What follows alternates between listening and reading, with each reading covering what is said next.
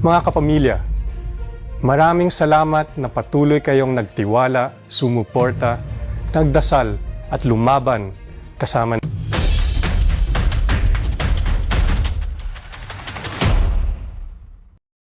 Carlo Katigbak binasag ang tahimik sa gitna ng kontrobersya ukol sa umano ay suspensyon at pagdadalang tao ng kilalang aktres at host na si Kim Chiu matapos ang isang kontrobersyal na insidente sa programang It's Showtime.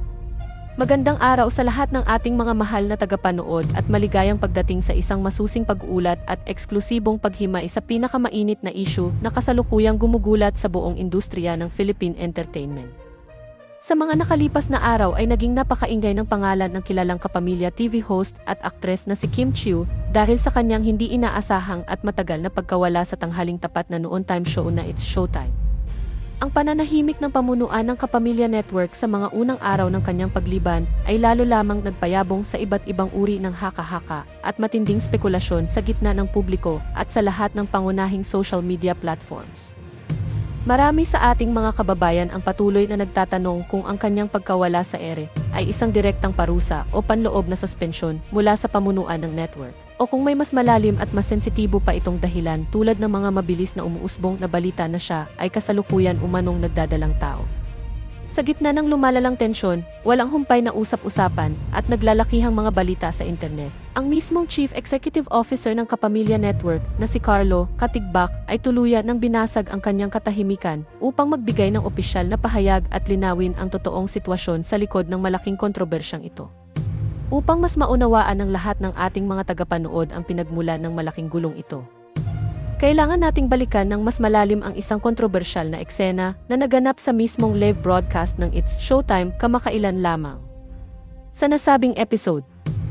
nagkaroon ng isang hindi inaasahang dulas ng dila o live slip-up ang pambansang komedyante na si Vice Ganda habang nakikipagpalitan ng biruan sa kanyang mga co-hosts. Ang nasabing insidente ay mabilis na kumalat na parang apoy sa buong internet, nag-viral sa iba't ibang plataporma, at agad na nagdulot ng matinding reaksyon at pambabatikos mula sa mga tagapanood pati na rin sa mga matitinding kritiko ng network. Ayon sa mga nakalap na impormasyon mula sa mga nakakaalam sa loob ng kumpanya, ang pangyayaring iyon ay nagdulot ng napakalaking pagkabahala sa mga matataas na opisyal at sa board of directors dahil sa posibleng masamang epekto nito sa imahe at integridad ng buong programa. Agad na sumunod sa eksenang ito ang pansamantalang pagkawala ni Kim Chiu sa live broadcast ng show, na siyang nagtulak sa madla at sa mga netizens upang maghinala na mayroong ginawang mabilis at tahimik na hakbang ang pamunuan upang patawan ng disiplina ang mga sangkot na hosts. Ang kawalan ng agad-agaran at malinaw na paliwanag sa mga unang araw ay lalo lamang nagbigay daan sa mga kritiko upang sabihing mayroong nagaganap na internal suspension upang palamigin muna ang lumalaking galit at usap-usapan ng publiko. Kasabay ng mga hindi matapos-tapos na usapin ukol sa sinasabing suspensyon ay ang mas lalo pang umingay na chismis hinggil sa diumano ay pagdadalang tao ng paboritong aktres na si Kim Chiu.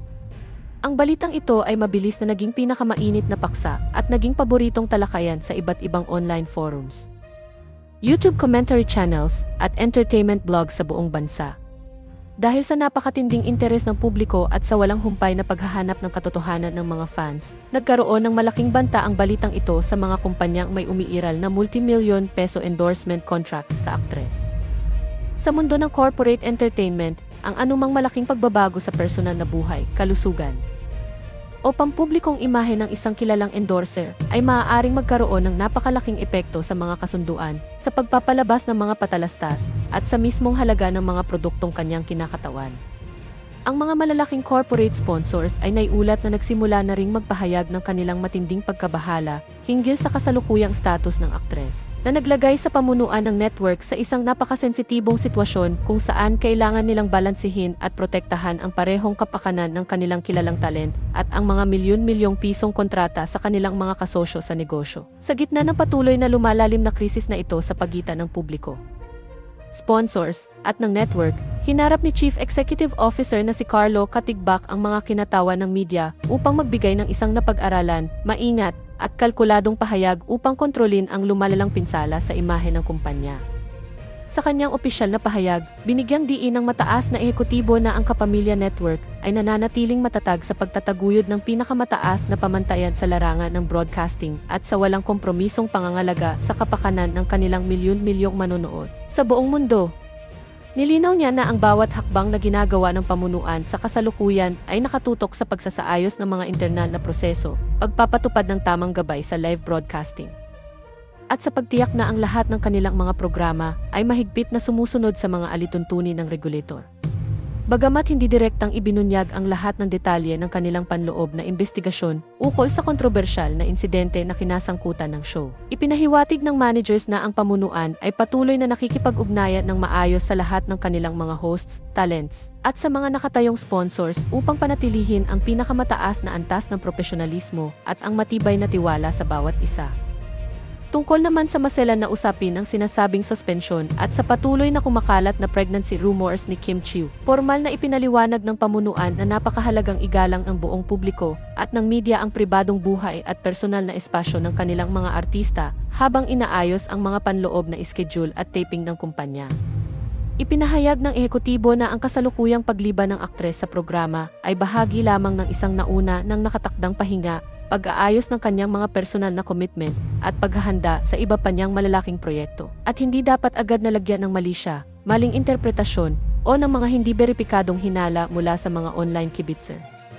Gayunpaman, ang mga pahayag na ito ng managers ay patuloy pa ring sinusuri at binubusisi ng mga eksperto sa media at industriya ng showbiz, bilang isang napaka-estratehikong hakbang upang protektahan ang mga umiiral na milyon-milyong kontrata at maiwasan ang anumang legal o pinansyal na komplikasyon sa kanilang mga brand partners.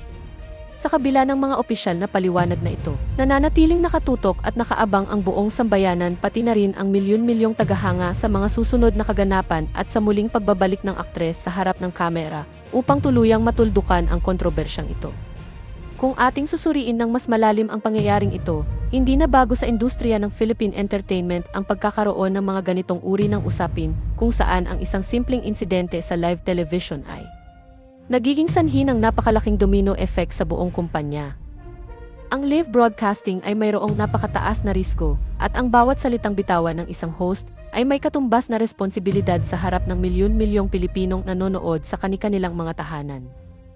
Sa pagkakataong ito, ang naging dulas ng dila sa It's Showtime ay naging mitsa upang buksan ang iba't ibang haka-haka na hindi lamang nakatuon sa mismong insidente, kundi pati na rin sa personal na pamumuhay ng isa sa mga pinakasikat nitong tagapaglahad na si Kim Chiu.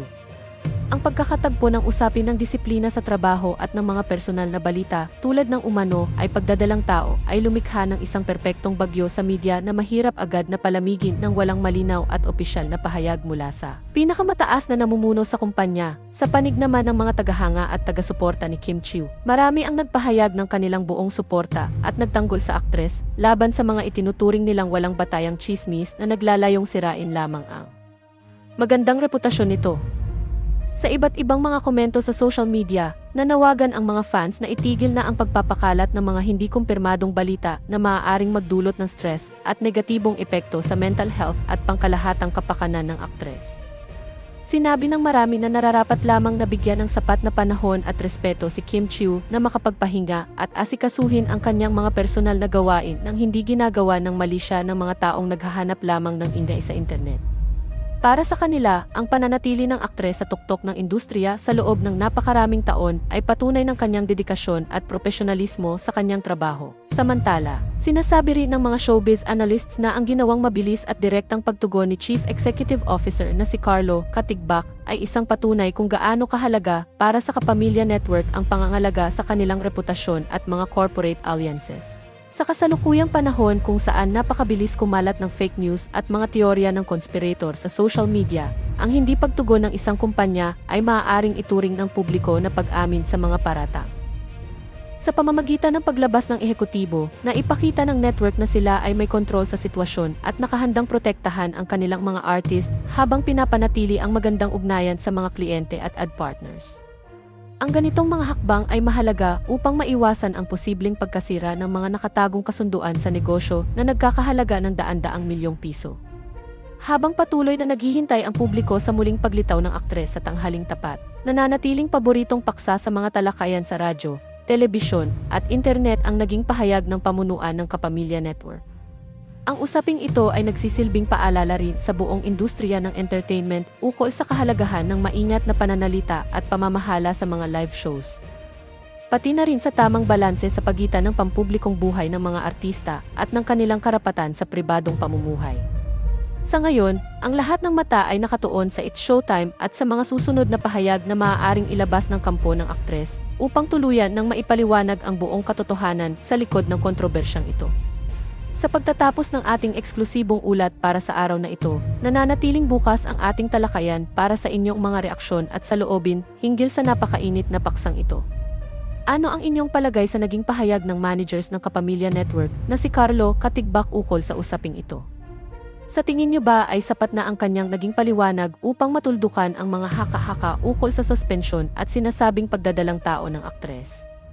Iwanan ang inyong mga komento at opinyon sa ibaba at huwag kalimutang mag-subscribe.